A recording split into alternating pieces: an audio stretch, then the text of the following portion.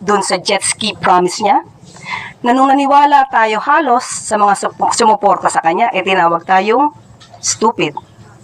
So pag naniwala ba tayo ulit sa sinasabi niyang ito, baka mapagkamalan niya tayo ulit at tawagin tayong stupid. But anyway, we will take this seriously para naman hindi magkaroon ng fake news, lalo na doon sa mga taong nakikinig sa kanya at maaaring naniniwala pa. Ma'am, when you said you will take this seriously, what do you mean by that? Will the government file charges against the former president?